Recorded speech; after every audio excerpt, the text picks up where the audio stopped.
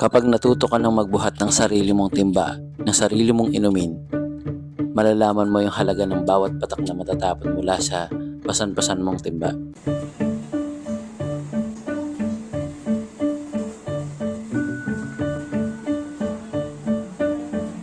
Kapag suot mo na yung sapatos ng mga taong bumubuhay at nagpalaki sa'yo, malalaman mo kung gaano kahirap at kakomplikadong itawid ang bawat araw para lang mabuhay.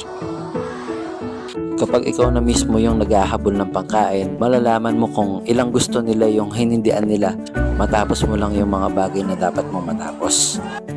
Dahil yun lang ang maipapamana nila.